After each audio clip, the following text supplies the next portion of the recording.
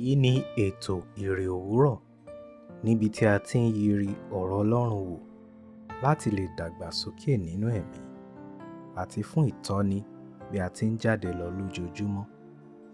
Ìwé Bíbélì Àjùmọ tí a tẹ̀ jáde láti ọwọ́ àjọ ìwé mímọ́ Scripture Union Nigeria ni à ń lò.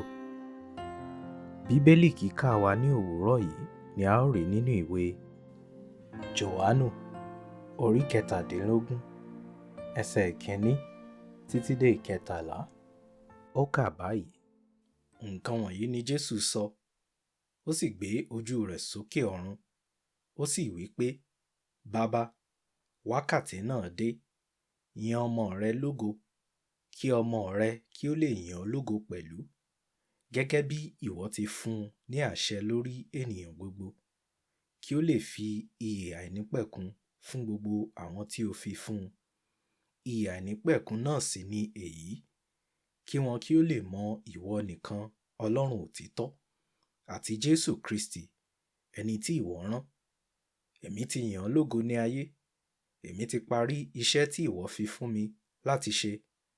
Ǹjẹ́ nísinsìnyí, Bàbá, ṣe mí lógo pẹ̀lú ara rẹ, ògo tí mo ti ní pẹ̀lú rẹ kí ayé kí ó tó wà.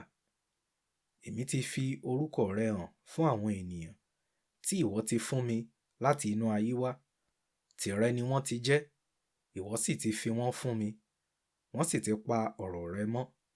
Nísinsìnyí, wọ́n mọ̀ pé ohunkóhun gbogbo tí ìwọ ti fi fún mi láti ọ̀dọ̀ rẹ wá ni, nítorí ọ̀rọ̀ tí ìwọ fi fún mi, èmi ti fi fún wọn, wọ́n sì ti gbà á. Wọ́n sì ti mọ̀ nítòótọ́ pé lọ́dọ̀ rẹ ni mo ti jáde wá, wọ́n sì gbàgbọ́ pé ìwọ ni ó rán mi. Èmi ń gbàdúrà fún wọn, èmi kò gbàdúrà fún aráyé, ṣùgbọ́n fún àwọn tí ìwọ ti fi fún mi, nítorí pé tìrẹ ni wọ́n í ṣe.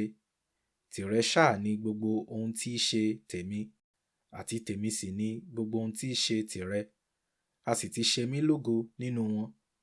Èmi kò sí ní ayé mọ́, àwọn wọ̀nyí sì ń bẹ ní ayé, èmi sì ń bọ̀ wá sọ́dọ̀ rẹ. Baba mímọ́, pa àwọn tí o ti fi fún mi mọ́ ní orúkọ rẹ, kí wọn kí ó lè jẹ́ ọ̀kan, àní gẹ́gẹ́ bí àwa. Nígbà tí mo wà pẹ̀lú wọn ní ayé, mo pa wọ́n mọ́ ní orúkọ rẹ. Àwọn tí ìwọ fi fún mi ni mo ti pa mọ́. Ẹnìkan nínú wọn kò sọnù, bí kò ṣe ọmọ ègbé, kí ìwé mímọ́ kí ó lè ṣẹ. Ṣùgbọ́n nísinsìnyí, èmi sì ń bọ̀ wá sọ́dọ̀ rẹ. Nǹkan wọ̀nyí ni mo sì ń sọ ní ayé, kí wọn kí ó lè ní ayọ̀ mi ní kíkún nínú àwọn tìkára wọn. Olúwa, ṣe ara rẹ lógo nínú ayé mi. Nínú ẹ̀kọ́ ti òní, Jésù gbàdúrà pé kí Ọlọ́run Baba ṣe òun lógo, gẹ́gẹ́ bí òun náà ti yin Ọlọ́run Baba lógo. Jésù ti fi ẹni tí í ṣe bàbá rẹ̀ hàn aráyé. Lákòókò yìí, Jésù gba àkànṣe àdúrà fún àwọn ọmọ ẹ̀yìn rẹ̀. Èyí fi hàn kedere bí ìfẹ́ Jésù ti pọ̀ tó fún àwọn ọmọ ènìyàn tí ó ti ìtorí ìgbàlà wa wá sí ayé yìí.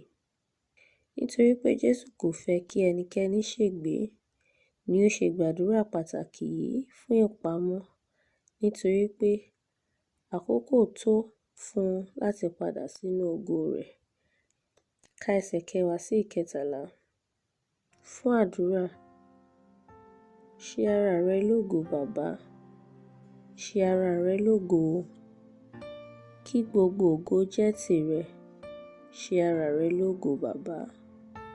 Àmín.